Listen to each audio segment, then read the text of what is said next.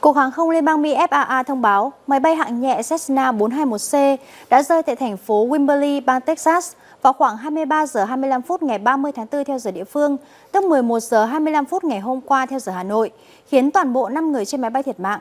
Thông tin chi tiết sẽ có trong cụm tin sau.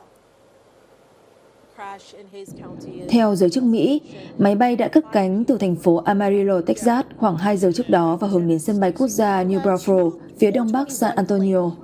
Trong một tuyên bố, Ủy ban An toàn Giao thông Quốc gia Mỹ (ANTV) cho hay máy bay đã rơi xuống khu vực có nhiều cây cối và một vụ cháy sau va chạm đã phá hủy máy bay. Được biết, máy bay đang di chuyển với tốc độ cao tại thời điểm xảy ra vụ việc. Các lực lượng ứng phó khẩn cấp đã được triển khai trong đêm 30 tháng 4 đến Wimberley, cách thành phố Austin khoảng 64 km về phía tây nam.